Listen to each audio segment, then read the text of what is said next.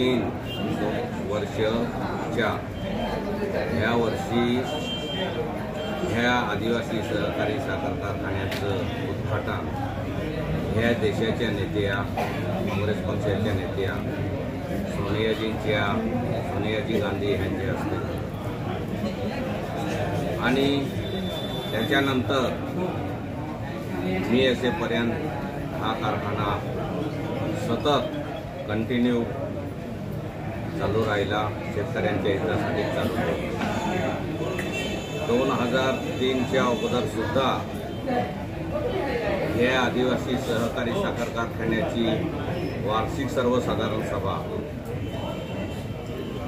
नवागावला झाली असेल आणि प्रत्येक वेळी जेव्हा साईट नव्हती तेव्हा, परंतु कारखान्या उभारणीनंतर सतत आदिवासी सहकारी साखर कारखान्याची सभा ही आदिवासी कारखान्या साईटवरती झालेली आहे आणि जे त्यांनी आरोप केलेले आहे की सभासद नसताना कागदोपत्री केलेले आहे, संपूर्ण तालुक्याच्या जे काही सभासद आहे, एकूण जवळपास आता 12-13 हजार होते, त्या प्रत्येकाला आम्ही पत्र द्यायचो, सर्व आदिवासी कारखान्याची सर्वसाधारण सभा आहे असं, आणि प्रत्येक सभासद या बैठकीला हजर असायचे। आज सुद्धा ह्या उपस्थितमध्ये कारखान्याचे सभासद बरेच उपस्थित आहेत। त्यांना माहीत आहे की प्रत्येक वेळी कारखान्याची सभा होत असताना त्यांच्या आधीच रजिस्टरवर सह्या घेतल्या जायच्या आणि सन्माननीय चेअरमनच्या अध्यक्षतेखाली ती सभा सुरू व्हायची आणि सभा सुरू झाल्याचे पूर्ण रेकॉर्ड हे त्या रेकॉर्डमध्ये आज सुद्धा आपल्याला कारखान्याच्या साईटवर सापडेल। जो दुसरा त्यांनी आरोप केलेला आहे, कारखाना जो टेंडर प्रोसेसमध्ये भाड्याने दिला, तो भाड्याने काय असं चेअरमन काही देत नाही। आम्ही आदिवासी सहकारी साखर कारखाना जे इतर आम्हाला जे फायनान्स कंपनी होत्या त्या फायनान्स करायच्या नाही म्हणून आम्ही ठरवलं, कारण जर कारखाना बंद पडला तर कारखान्याच्या सभासदांचं, ऊस उत्पादक शेतकऱ्यांचं फार मोठ्या प्रमाणात नुकसान होणार आहे। म्हणून आम्ही शासनाला विनंती केली की आदिवासी सहकारी साखर कारखाना भाड्यातत्वावर द्यायचा आहे आणि शासनाने सुद्धा मंत्री समिती असेल, सहकार मंत्री असेल यांनी मान्य केलं। हा प्रस्ताव आम्ही दिल्यानंतर शुगर कमिशनर ऑफिसला रीतसर मंत्री समितीने पाठविला। तिथे काही चेअरमन एकट्याचा निर्णय होत नसतो, ही टेंडर पद्धत कशी असते हे आज ते चेअरमन आहे त्यांनी दुसऱ्याकडून, शासनाकडून, त्यांचं सरकार आहे त्यांनी जाणून घ्यावं की कोणत्या पद्धतीने टेंडर प्रोसेस होते। ही टेंडर प्रोसेस शुगर कमिशनर ऑफिसमध्ये रीतसर महाराष्ट्र शासनाचे अधिकारी, शुगर कमिशनरचे सर्व शुगर कमिशनर स्वतः आणि त्यांचे सर्वच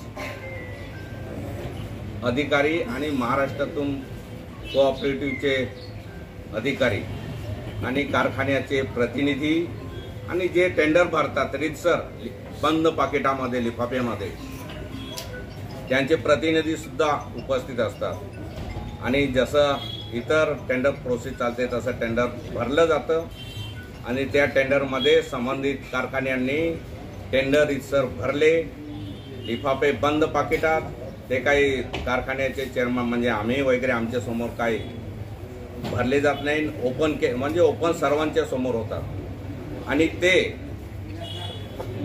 तेव्हा माझ्या मते द्वारकाधीश कारखान्याने 102 रुपये म्हणजे जी हायेस्ट किंमत असते ती 102 रुपये माझ्या मते भरली होती।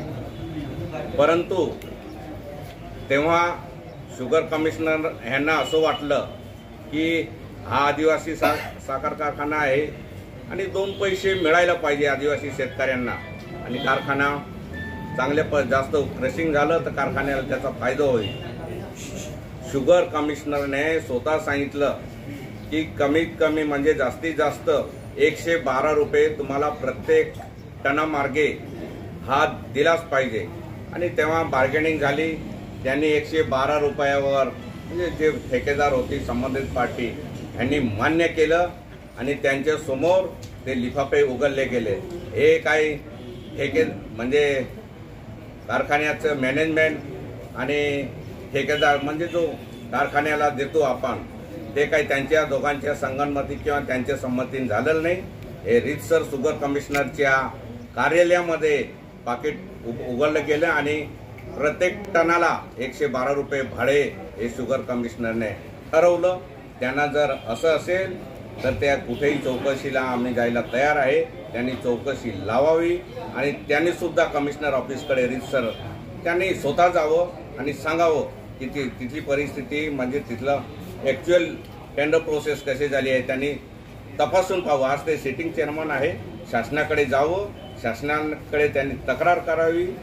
आम्ही 1 रुपयाचा बी भ्रष्टाचार केला असेल तर आम्ही राजकारणातून संन्यास ह्या पद्धतीने ठेके झाला असेल तर संन्यास घेऊ आणि त्यांनी जर त्यांचे आरोप सिद्ध नाही झाले त्यांनी सुद्धा राजकारणातून संन्यास घ्यावे असं माझं त्यांना जाहीर आव्हान आहे.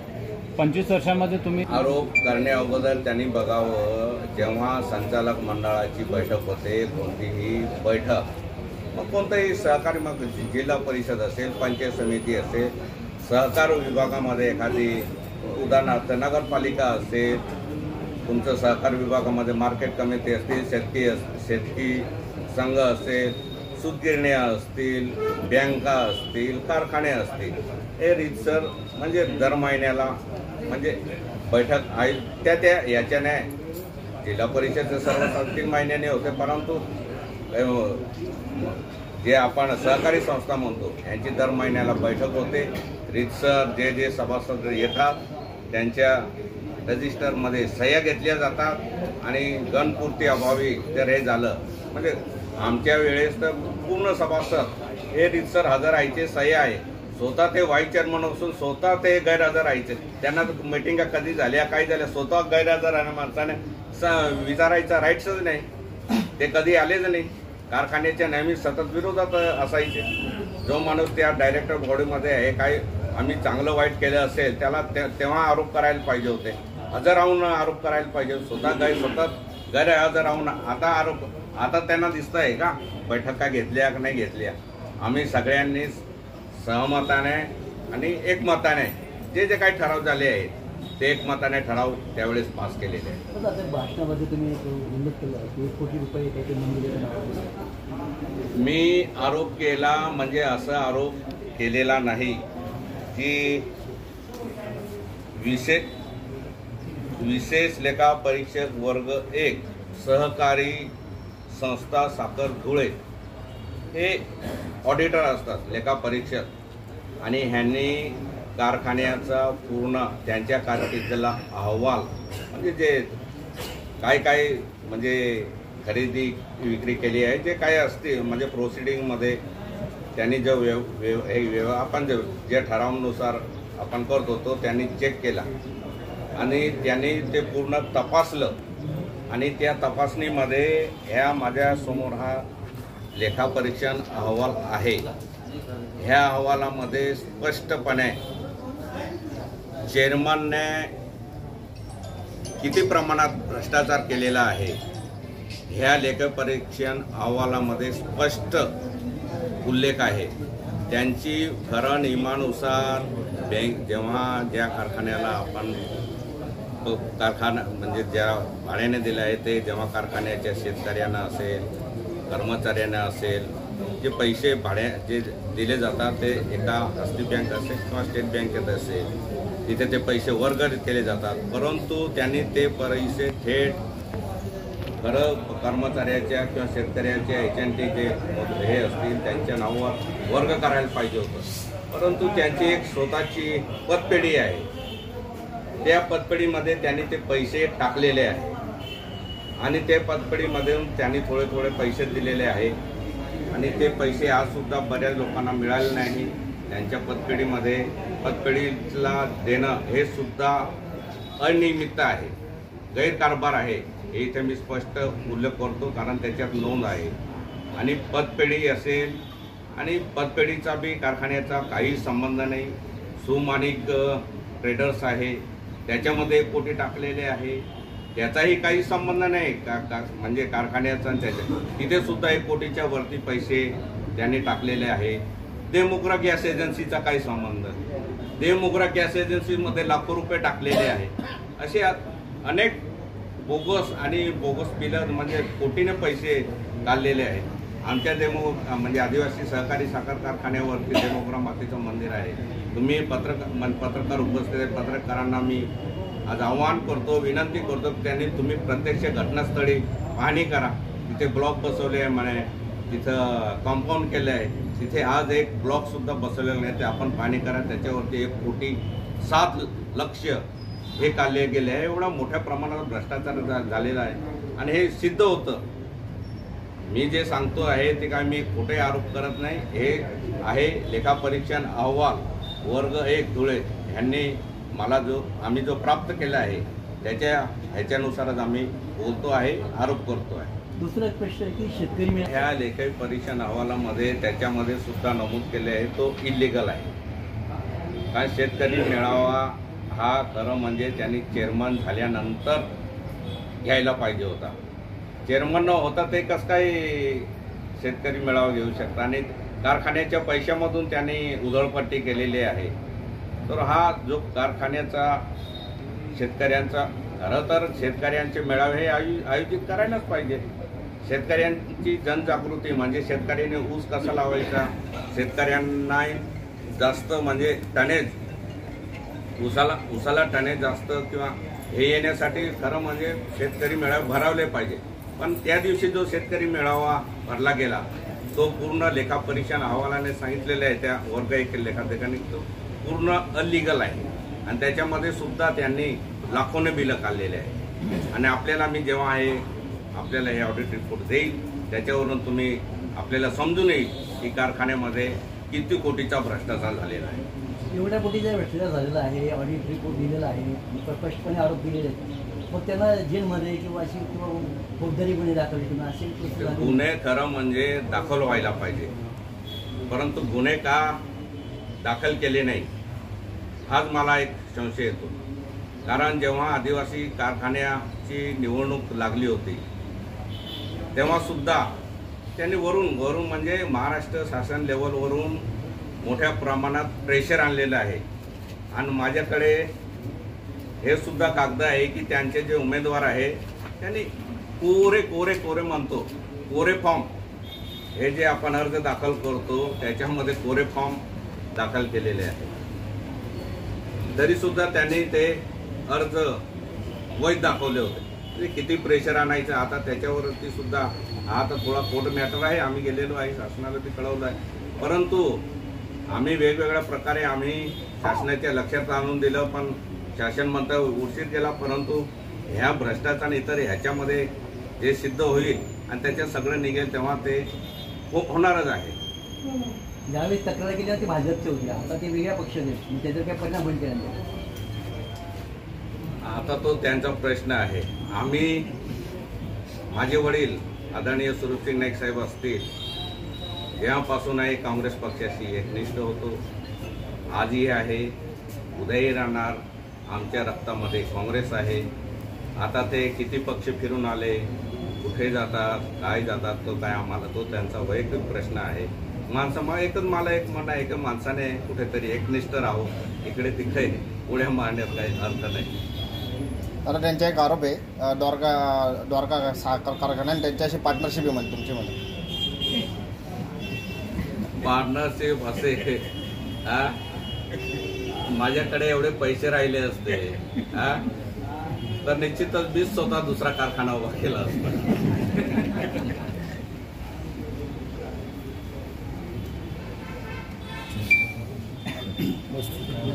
त्यांच्यासारखं आम्ही नाही. ते कारखाना चालू होण्याच्या अगोदर म्हणजे पैसे मागावे आणि नंतर NOC द्यावे. हे रितसर संचालक मंडळ जे दर महिन्याला बैठक होते त्या बैठकीमध्ये सांगायला पाहिजे.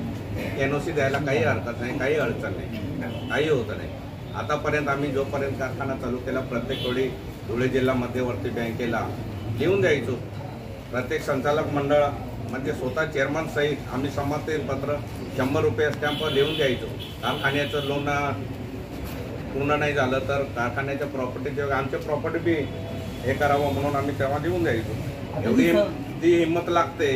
आता जी सभा झाली त्या सभेमध्ये चेअरमन उपस्थित नव्हते. आता एक ऐकून 29 तारखेला झाली ती सभा. ही सर्वसाधारण सभा फार मोठी म्हणजे फार ही असते विशेष आणि सर्व सभासद त्या दिवशी एकत्र येतात, वर्षातून एकदा येतात आणि तेव्हा चेअरमनचं कर्तव्य होतं की जे सभासद आपण एक वर्षामध्ये काय केलं ते तिथे प्रश्न विचारतील तर त्या प्रश्नाला उत्तरे द्यायची जबाबदारी ही खरं चेअरमनची असते.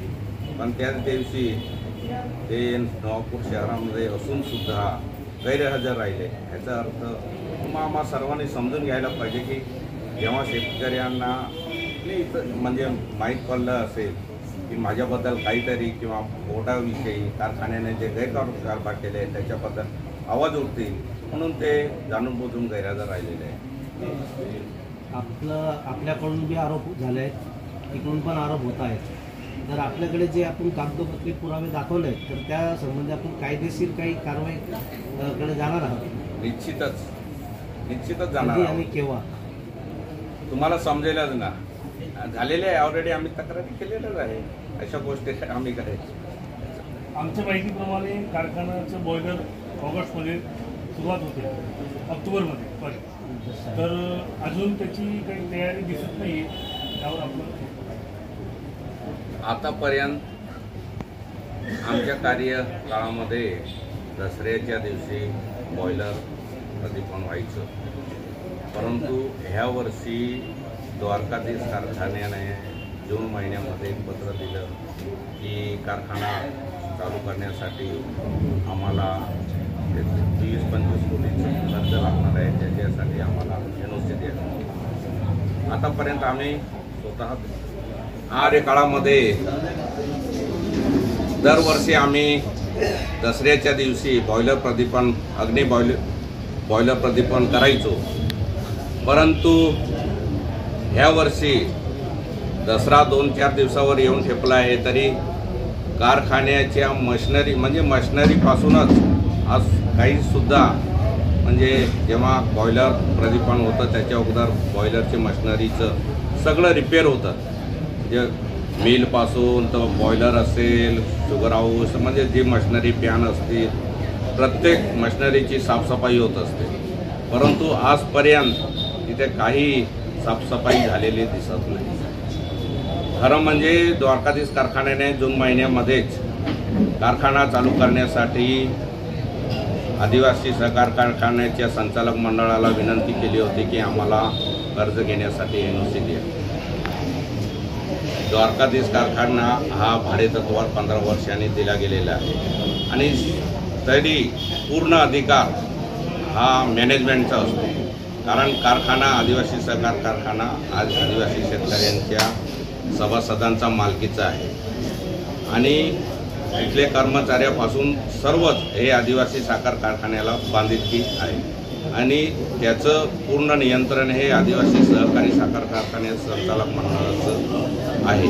परंतु त्यांनी आजपर्यंत आज ऑक्टोबर उजाडला, जून महिन्यापासून NOC दिलेलं नाही आहे. त्याच्यामुळे कर्ज घेण्यासाठी त्यांना द्वारकाधीश कारखान्याला अडचण येत आहे.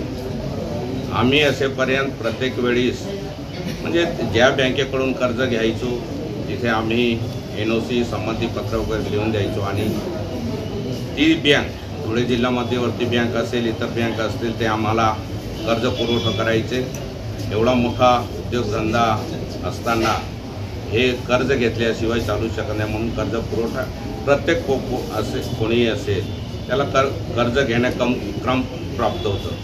म्हणून तर त्यावेळेस जर त्यांनी NOC दिली असती तर त्यावेळेस वेळोवेळी म्हणजे कारखान्याच्या मशिनरीची रिपेअर झाली असती आणि ह्या दसऱ्याच्या दिवशी बॉयलर प्रदीपन झालं असतं.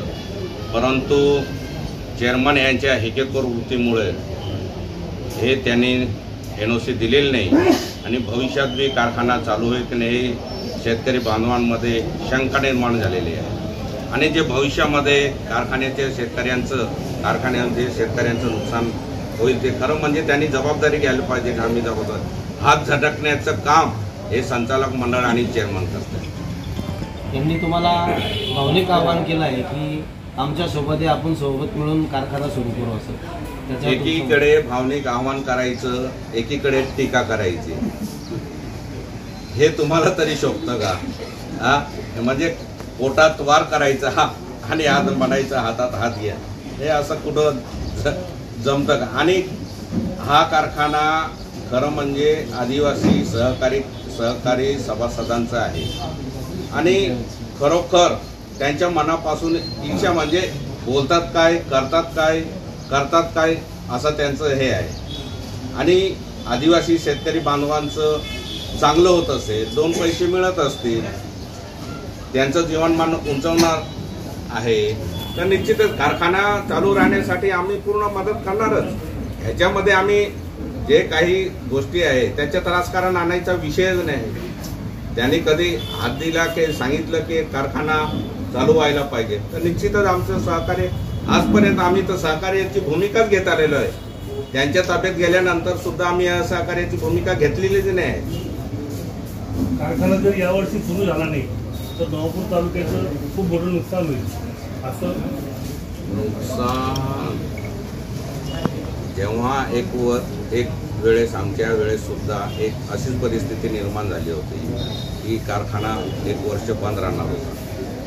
तेव्हा आम्ही तिथले कमिशनर, शुगर कमिशनर आपल्या नवापूर तालुक्याचेच होते, DB गावित साहेब, त्यांचं सहकार्य घेतलं.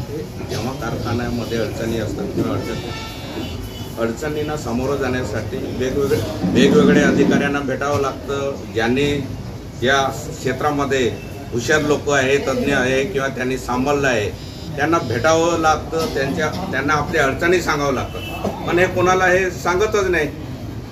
तेव्हा आम्ही स्वतः कमिशनर ऑफिस DB गावित साहेबांना भेटलो, त्यांनी सहकार्य केलं आणि त्यांनी सांगितलं. आणि वेगवेगळ्या प्रकारच्या इतर महाराष्ट्रामधले जे चांगले कारखाने आहे त्या कारखान्यांना सुद्धा त्यांनी फोन केले. आमच्या जवळचा कारखाना सातपुडा कारखाना, त्यावेळेस आदरणीय PK अण्णा पाटील साहेब जिवंत होते, त्यांना आम्ही भेटलो. त्यांचे चेअरमन होते पांडुबाई, त्यांना भेटलो. आमच्या सगळ्या अडचणी सांगितल्या. त्यांनी सगळ्या प्रकारे त्यांचे कर्मचारी दिले, चांगले तज्ज्ञ बी दिले. सगळ्या याच्याने आम्हाला सहकार्य सुद्धा केलं आणि ज्या कारखान्यासाठी लागणार इतर गोष्टी असतील ते सुद्धा मदत केली आणि त्यांचं सहकार्य झालं, सगळ्यांचं सहकार्य झालं. तेव्हा आम्ही त्या वर्षी तो सहकारी साखर कारखाना चालू ठेवला. आणि तेव्हा त्यांनी एकच सांगितलं होतं PK अण्णा साहेबांनी की 1 वर्ष सुद्धा कारखाना बंद राहिला तर शेतकऱ्यांचं फार मोठ्या प्रमाणात नुकसान होतं आणि भविष्यामध्ये कारखाना चालू होईलच का नाही हे सुद्धा त्यांनी स्पष्टपणे सांगितलं होतं. त्यामुळे त्यांनी सांगितलं कारखाना 20-25 दिवस बी चालला म्हणे सिरीज तरी कारखाना चालू. आणि तेव्हा आम्ही माझ्या मते त्यावेळेस आम्ही 30-35 दिवस चालवलं होता. तसं ह्यांनी सुद्धा वेगवेगळ्या जेव्हा कारखाने होत नाही तज्ज्ञ लोकांशी भेटायला पाहिजे. उलट कारखान्यामध्ये द्वारकाधीशच्या कारखान्यामध्ये ह्या कारखान्यामध्ये त्यांनी तज्ज्ञ लोक नेमलेले आहे. चीफ इंजिनियर असतील, चीफ केमिस्ट असतील, मुख्य शेतकी अधिकारी असतील, ह्यांना दादागिरीची भाषा करून त्यांना त्यांच्या खोलीमध्ये कोणून धमकावणी दिली जाते. इथून निघून जाणे तर मारून टाकू अशी धमकी दिली जाते. कोण कर्मचारी काम करणार आहे? ते कारखाना सोडून निघून गेलेले आहे. उलट सहकार्य घेण्याची भूमिका, सहकार्य घेण्याची भूमिका त्यांनी ठेवली, सामंजस्यपणे ठेवलं तर निश्चितच कारखाना चालू होऊ शकतो.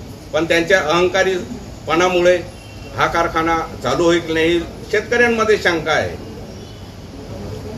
विद्यमान चेअरमॅननी असं म्हटलंय की जर आपण कर्ज घेण्याकरता हमी पत्र दिलं तर शेतकऱ्यांच्या शेतीवर बोजा येऊ शकतो. आतापर्यंत कारखाना उभारणीपासून आजही आदिवासी सहकारी कारखान्याने शेतकऱ्यांच्या सातबाऱ्यावर 1 रुपयाचाही बोजा नाही आहे. आणि आम्ही सुद्धा कारखाना चालवत होतो तेव्हा सुद्धा शेतकऱ्यांच्या सातबाऱ्यावरती म्हणजे कर्जाचा बोजा घेतलेलाच नाही आणि घ्यायचं बी नसतो.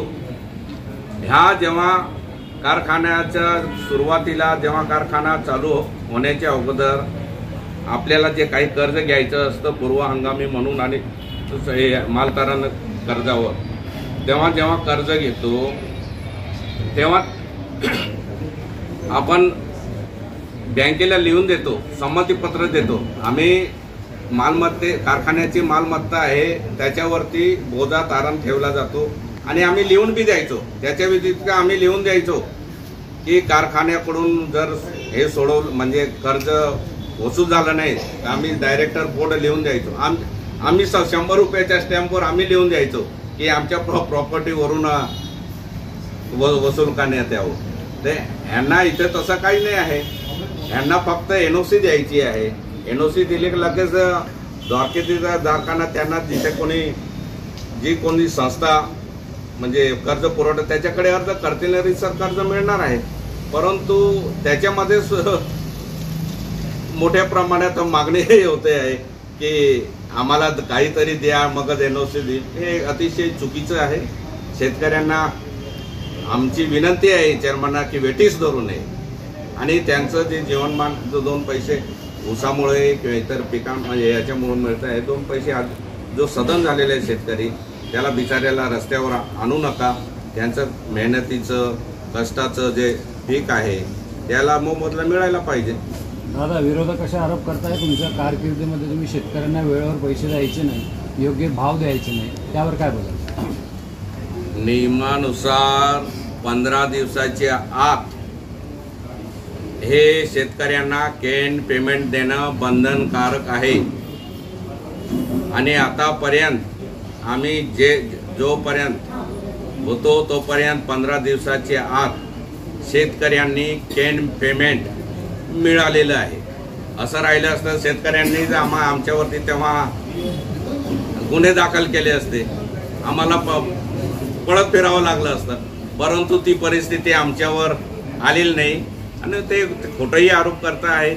नेहमी वेळेवरती आम्ही शेतकऱ्यांना ऊसाचं पेमेंट जो आम्ही FRP त्यावेळेस म्हणायचो आता SMP म्हणतो ती वेळोवेळी दिलेली आहे. एखाद्या वेळेस जो शेवटी 100 रुपयाचा हप्ता वगैरे असेल तो सुद्धा आम्ही शेवटी चालू करण्याच्या अगोदर दिलेला आहे. कारखान्याची 100 एकर जमीन आहे, त्या कारखान्याच्या शेतीमध्ये अतिक्रमण झालं आहे असा देखील एक आरोप आहे त्यांचा तुमच्यावर. आरोप शेतकऱ्याच्या कारखान्याच्या जमिनीवरती जो अतिक्रमण झालेलं आहे म्हणतात, आता ते बॉडीमध्ये आहे तर त्यांनी तोडायला पाहिजे ना. त्यांनी का 2 वर्ष जसं तसं ठेवलं. आणि तुमच्यावर असं म्हटलं त्यांनी की देवमोगरा मातेच्या मंदिरात शिरीष नाईकांनी कधी पूजा केली नाही, कधी मंदिराचं देवीचं दर्शन घेतलं नाही. मी एक सांगायचं सर्व देवांना मानतो. काय मी एक आदिवासी माणूस आहे तरी सुद्धा गीता वाचायचा प्रयत्न करतो, बायबल वाचतो. फक्त कुराण वाचण्यामध्ये माझं येत नाही, परंतु मी सर्व धर्मांना मानणारा माणूस आहे. देवमोगरेकडे मातेबीकडे जातो, साईबाबा मंदिराकडे जातो, हिंदू धर्माचे जेवढे मंदिरं आहे सगळ्या देवस्थानांकडे जातो आणि सर्वच नवापूर तालुक्यामध्ये जे चर्च आहे त्या चर्चमध्ये बी जातो. इतर मुंबईला जे चर्च आहे त्या चर्चांमध्ये बी जातो. धुळ्यामध्ये गुरुद्वारा असतील गुरुद्वाऱ्यामध्ये बी जातो, मस्जिदमध्ये बी जातो. त्याच्यामुळे देवमोगरा मातेच्या दर्शनाला जातो. आणि आमची कुलदैवत आहे. जिथे जिथे आता जिथे प्रत्येक खेड्यामध्ये फिरतो, जिथे काल परवा एवढ्या देवस्थानांमध्ये फिरलो मी, जिथे भातेजी महाराज संप्रदायाचं असेल, डोंगरे साईबाबा जिथे मंदिर असेल, कुलदैवत देवमोगरा मातेचं मंदिर खेडेगावांमध्ये असतं तिथे सुद्धा मी दर्शनाला जातो. याचा अर्थ काय, तिथे मंदिरात म्हणजे दर्शन मी कुठे कोणत्याही देवस्थानाला जाताना आता एखाद्या वेळी वडोदऱ्याला जातो, वडोदऱ्याचं गाव लागतं, उभं राहून जातो. प्रत्येक वेळेस उभं राहायला पाहिजे असं काही नाही. एखाद्या वेळी शनिवार राहिला चला देवाचं दर्शन घेऊ म्हणून बजरंगबलीचं दर्शन सुद्धा घेतो. एखाद्या वेळी रविवार असतं खेडेगाव जात असतो, चर्च चालू असतं, वाटलं चला मी एक चर्चचे 2 शब्द बायबलचे वचने त्याच्यामध्ये संदेश परमेश्वराचे वचने सुद्धा ऐकतो. दादा, त्यांनी एक आरोप केला दिलीप पवारांनी खूप भ्रष्टाचार केलेला आहे. तेच आरोप करतात. माझं त्यांना म्हणणं आहे, दिलीप पवार आरोप त्यांना करते, स्वतः चेअरमन आहे ना, चेअरमन त्यांना अधिकार आहे, स्वतः चेअरमन असताना ते दुसऱ्यावर स्वतः त्यांनी चौकशी लावावी.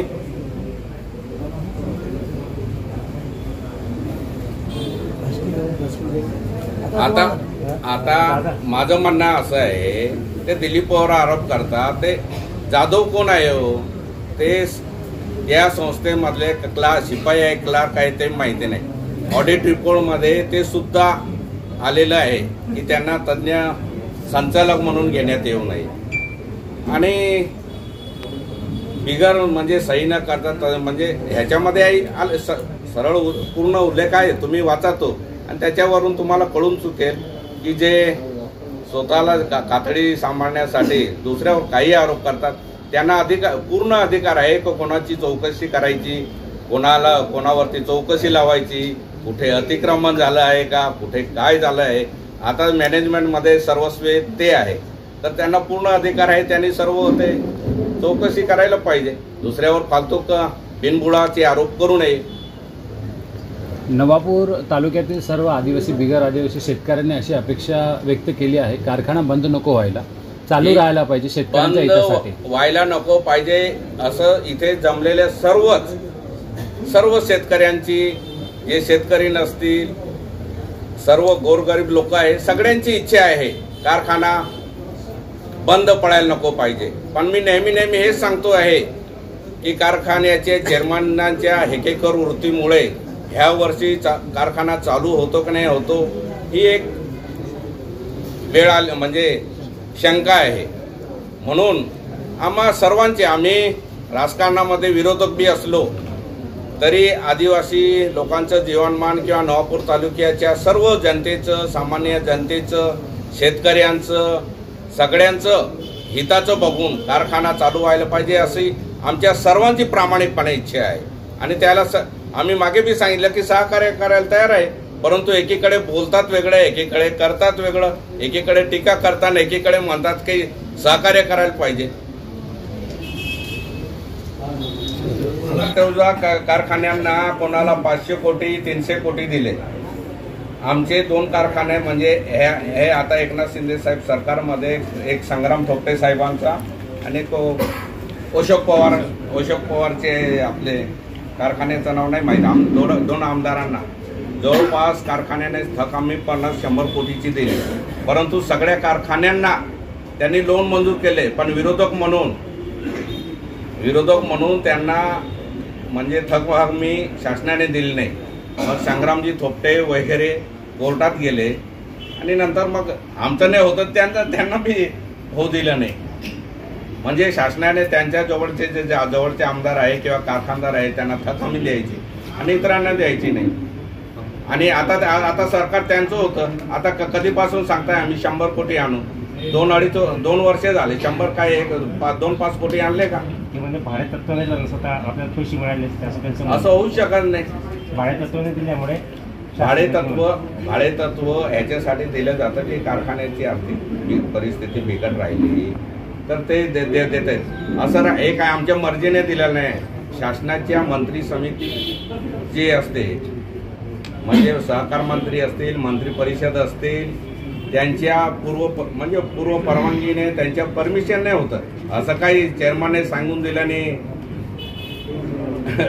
समोरचे कोणतरी कारखानदार असेल त्याला हे दिलं जात असं होत नाही.